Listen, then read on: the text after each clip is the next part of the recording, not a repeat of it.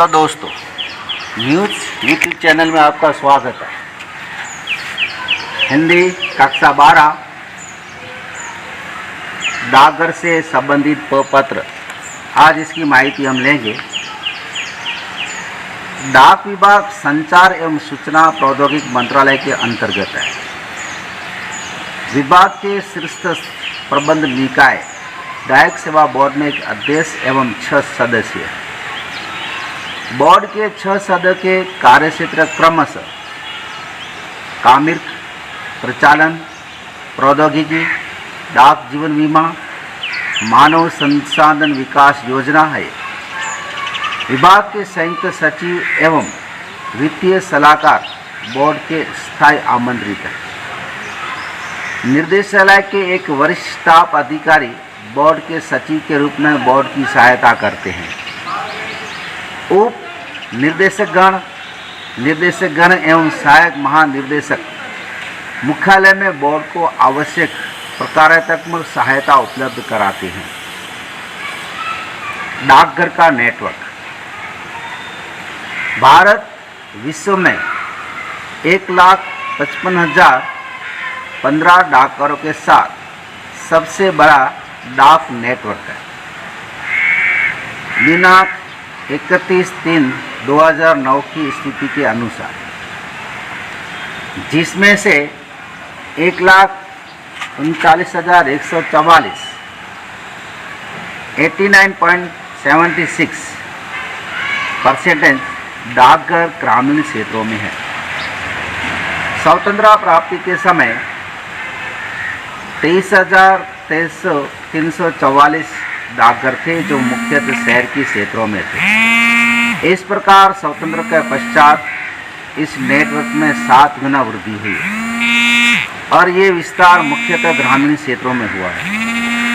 औसतन एक डाकघर 21.21 वर्ग किलोमीटर के क्षेत्र में तथा 7.175 की जनसंख्या को सेवा प्रदान करता है। हमारा लक्ष्य है देश के प्रत्येक नागरिक के जीवन को महसूस करते हुए दुनिया में अपनी सबसे बड़ी डाक नेटवर्क की स्थिति को बनाए रखना। मेल, पार्सल, धन हस्तांतरण, बैंकिंग, बीमा और खुदरा सेवाओं को तेजी से और विश्वसनीयता के साथ मुहैया करना। धन के मूल्य के आधार पर ग्राहकों को सेवा मुहैया कराना। ये सुनिश्चित करना कि कर्मचारी को हमारी मुख्य शक्ति होने पर गर्व महसूस हो और ग्राहकों की सेवा मानव स्पर्शता के साथ कर सके। सामाजिक सेवा सुरक्षा को जारी रखना और भारत सरकार के मंच के रूप में अपने आप को अंतिम मील के रूप में सक्षम रखना। डाकघर बचत योजनाएं। डाकघर बचत खाता, 5 वर्षीय डाकघर आवर्ती जमा खाता, डाकघर सावधि जमा खाते, डाकघर मासिक आय खाता योजना, 15 वर्षीय लोक भविष्य निधि खाता, वरिष्ठ नागरिक बचत योजना। ये सब डाकघर की बचत योजनाएं हैं। मूल्य दे डाक। मूल्य दे प्रणाली की डिजाइन उन व्यक्ति की आवश्यकता को पूरी करने के लिए किया गया है जो उनके भेजे सामान या बिलों या उनसे संबंधित रेलवे रसीदों का भुगतान करके प्राप्त होने पर करना चाहते हैं तथा उन व्यवसायियों तथा अन्य व्यक्ति की आवश्यकता को भी पूरा करती है जो उनके द्वारा आपूर्ति की वस्तुओं के मूल्यों को डाकघर की एजेंसी के माध्यम से वसूल करना चाहते हैं। मूल्यदेय मदे। मूल्यदेय मदे में रजिस्टर पार्सल, रजिस्टर पत्र, रजिस्टर बुक पैकेट तथा रजिस्ट्रेशन शुल्क के साथ समाचार पत्रों के लिए निर्धारित डाक व्यवसाय का पूर्व भुगतान हुए समाचार पत्रों को मूल्य डाक के रूप में अंतर्देशीय डाक से परीक्षण किया जा सकता है, बशर्ते कि प्रेषित होने वाली ऐसी किसी भी डाक सामग्री के पर प्रेषक का प्रेषित धन 5,000 रुपये से अधिक नहीं होना चाहिए तथा बशर्ते कि ऐसे पार्सल, पत्र तथा पैकेटों में कूपन, टिकटें, माल की बिक्री के लिए तैयार किए गए परिचय पत्र, जिन्हें स्त्रोबाल प्राणी कहा जाता है, नहीं होना चाहिए। घोषणा। ऊपर बताई गई ऐसी कोई डाक सामग्री मूल्यदेय डाक सामग्री के रूप में प्रेषण के लिए किसी भी डाकघर में स्वीकृत नहीं की जाएगी कि जब तक भेजने वाला ये घोषित नहीं करता कि ऐसा वो उसमें प्राप्त प्रमाणिक आदेश के निष्पादन के अनुसार भेज रहा है। इसके अतिरिक्त भेजने वाले को महानिदेशक द्वारा इस ओर से समय समय पर अधिसूचित डाकघरों में ये घोषणा देनी होगी कि भेजे जाने वाली सामग्री की पूर्ति इस प्रकार की है कि जिसे मूल्यदेय सामग्री के रूप में डाक द्वारा प्रेषित करना अनुमेय है। ऊपर बताई गई कोई भी डाक सामग्री ऐसे कार्यालय में इस प्रकार की घोषणा के बिना स्वीकृत नहीं की जाएगी। स्पष्टीकरण। कोई भी सामग्री मूल्यदेय डाक द्वारा भेजी जा सकती है, भले ही उसका कोई तात्विक मूल्य न हो। अतः वैधानिक दस्तावेज, बॉन्ड, बीमा की पॉलिसियाँ, वचन पत्र, रेलवे के सामान तथा पार्सल की रसीदें, लीडिंग बिल या वसूली के साधारण बिलों को मूल्यदेय डाक सामग्री के रूप में भेजा जा सकता है। मूल्यदेय डाक सामग्री के रूप में प्रेषित रेलवे लीडिंग बिल की रसीदों के मामले इस नियम के प्रयोजनार्थ ये पर्याप्त होगा कि यदि ये सामग्री जिसके रेलवे लीडिंग बिल की रसीद संबंधित है उसे वास्तविक आदेशों के निष्पादन के अंतर्गत भेजा गया है। अन्य उल्लिखित दस्तावेजों के संबंध में दस्तावेजों को भेजने के वास्तविक आदेशों का निष्पादन करते हुए भेजा जाए। डाकघर जिनसे और जिनको मूल्यदेय डाक भेजी जा सकती है। मूल्यदेय डाक सामग्री किसी भी डाकघर से या मनी ऑर्डर के कार्यालय हो, कुछ अपवादों को छोड़कर से ऐसी किसी भी डाकघर को प्रेषित की जा सकती है जो को मनी ऑर्डर कार्यालय न हो। Speed post.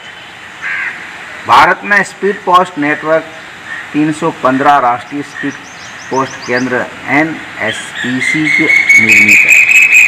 प्रत्येक राष्ट्रीय स्पीड पोस्ट केंद्र एक से जुड़े हुए कई वितरण डाक पिन कोड है, जिनसे संबंधित NSPC शहर को स्पीड पोस्ट वस्तु का वितरण किया जाता है। इसके अतिरिक्त समूचे भारत में 986 स्पीड पोस्ट केंद्र विद्यमान है। प्रत्येक राज्य स्पीड पोस्ट केंद्र NSPC मूल्य राष्ट्रीय स्पीड पोस्ट केंद्र से जुड़ा हुआ है, जिसको ये SSPC अपने सभी बाहरी डाक की छंटाई और प्रेषण के लिए भेजा देता है। इस प्रकार किसी भी राज्य स्पीड पोस्ट केंद्र से जुड़े वितरण डाकघरों के माध्यम से भेजी जाने वाली स्पीड पोस्ट की सभी वस्तुएं इसके मूल्य राष्ट्रीय स्पीड पोस्ट के माध्यम से भेजी जाती है। SSPC शहर में स्पीड पोस्ट व वस्तुओं का वितरण उक्त SSPC से जुड़े विभिन्न वितरण डाकघर पिन कोड के माध्यम से किया जाता है। पंजीकरण। पंजीकरण का उद्देश्य ग्राहकों को डाक की वस्तु का सुरक्षित प्रेषण करना। उन सभी चरणों पर एक रिकॉर्ड रखा जाता है जहाँ जहाँ से डाक वस्तु होकर जाती है। इसके अलावा पंजीकृत डाक वस्तु को विशेष सावधानी के साथ प्रेषित किया जाता है। डाक वस्तुएं जिन्हें पंजीकृत किया जाता है वो किस प्रकार है। 1. पत्र। 2. पत्र कार्ड। 3. Post card. 4. पुस्तक एवं पैटर्न पैकेट। 5. अंध साहित्य। 6. समाचार पत्रों की दरों से पूर्व प्रदत्त समुदाय के पार्सल और समाचार पत्रों को किसी भी डाकघर में पंजीकृत किया जा सकता है। निम्नलिखित के लिए पंजीकरण अनिवार्य है। कोई भी पार्सल जिसका वजन भार 4 किलोग्राम से अधिक हो। 2. कोई भी बीमित डाक वस्तु। 3. ऐसा कोई भी पार्सल जिस पर ऐसे स्थान का पता लिखा हो जिसके लिए सीमा शुल्क घोषणा अपेक्षित है। 4. ऐसी कोई डाक वस्तु जिसमें निम्नलिखित स्टेप जे लेबल, चेक हुंडी, bank note, pack, post bill, bill of exchange शामिल हो। कोई भी डाक वस्तु जिसके आवरण पर पंजीकृत शब्द लिखा हुआ हो। 6. ऐसी कोई पंजीकृत डाक वस्तु जिसका वितरित किए जाने के उपरांत दोबारा डाक से प्रेषित किया जाता हो। और 7. कोई भी मूल्यदेय डाक वस्तु। तो दोस्तों, ये था डाक संबंधित प्रपत्र जिसका पहला भाग तक हमने इसकी माहिती ली, और बाकी इसके दूसरे भाग के अंदर मैं आपको माहिती देता रहूँगा। धन्यवाद, शुक्रिया।